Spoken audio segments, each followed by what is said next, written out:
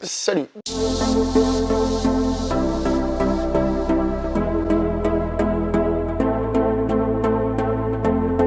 Bonjour à toi, cher spectateur, et bienvenue pour cette nouvelle critique en post-projection. Aujourd'hui, nous allons parler du dernier film avec Jamie Foxx qui s'appelle Sleepless. Alors, avant de vous donner la note de ce film, je voulais vous dire que ce film m'a fait très peur. Déjà parce qu'il se mange des critiques très négatives. Ensuite, parce que le film sort chez nous 8 mois après être sorti aux États-Unis. Et qu'en plus, il ne sort qu'en version française dans les salles du coin. Généralement, c'est un peu une alerte, ça veut dire ça sent pas bon, attention bousasse. Je profite pour dire qu'en Belgique, si je dis pas de bêtises, il est sorti au mois de février, donc profitons pour saluer tous les Belges qui seraient en train de regarder cette vidéo. Et d'ailleurs, manifestez-vous, n'hésitez pas à écrire en bas, vive le Royaume de Belgique. Comme d'habitude, je vais donner une note à ce film, et cette note sera...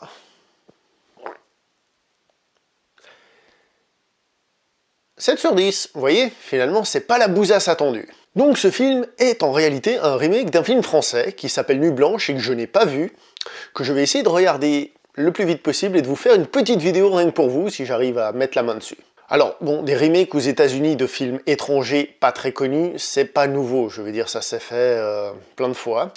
Le principe c'est, on prend un film qui a bien marché, qui a des qualités, mais que le public américain surtout ne connaît pas, et si possible le reste du monde le moins possible, on en fait un remake et on le distribue partout.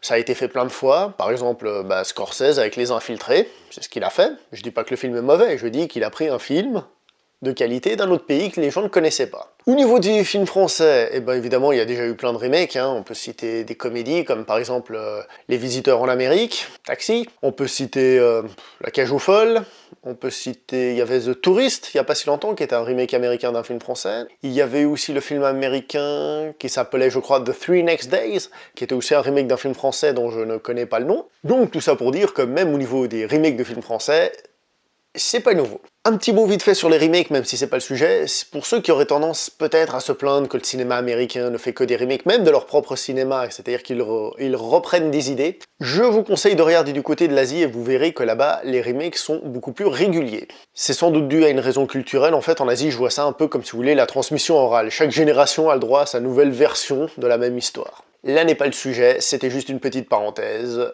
Revenons à notre remake du jour, Sleepless. À la réalisation de ce film, nous avons un Suisse, donc profitons aussi pour saluer tous les Suisses qui nous regardent, et n'hésitez pas à écrire un commentaire aussi en bas de la vidéo. Donc c'est magnifique.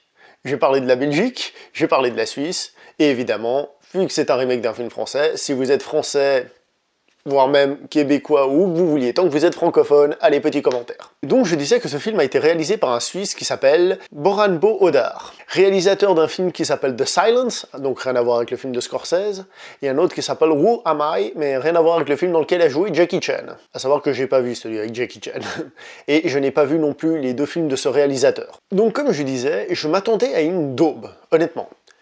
Et le résultat final est... en fait, c'est pas mal. En réalité, c'est pas mal du tout. Pour vous donner un ordre d'idée, c'est assez proche du niveau de film, par exemple, ce qu'a fait Liam Neeson dernièrement, un film d'action, des trucs genre Run All Night, qui en français s'appelait Night Run, je crois, ou alors Sans Identité, ou encore Non-Stop, ce genre de niveau de film-là, c'est-à-dire des séries B, mais des séries B tout à fait regardables, divertissantes. Personnellement, j'ai été surpris au bien. Au niveau des acteurs, nous avons Jamie Foxx, qui, je trouve, nous livre une prestation moyenne, c'est-à-dire au début, il a une tête très méchante, sourcils bien foncés comme ça, et bon, c'est pas génial d'un point de vue interprétation, mais son charisme naturel fait que ça passe très bien à l'écran, et donc on est content quand même de la voir. Nous avons aussi l'actrice Michelle Monaghan, qui... elle aussi met beaucoup d'énergie et se débrouille très très bien, elle est très vive dans le film, franchement, c'est bien. Le scénario, donc, basé sur le film français en lui-même, tel qu'il est présenté là dans ce film, fait très film d'action américain lambda. Ce n'est pas mauvais, ce n'est pas révolutionnaire, c'est moyen. C'est un scénario qui, on va dire, qui fait le job de divertir, mais qui ne va pas apporter grand-chose en plus. La réalisation, puisque j'ai parlé du réalisateur, est relativement intéressante parce qu'elle met beaucoup de rythme.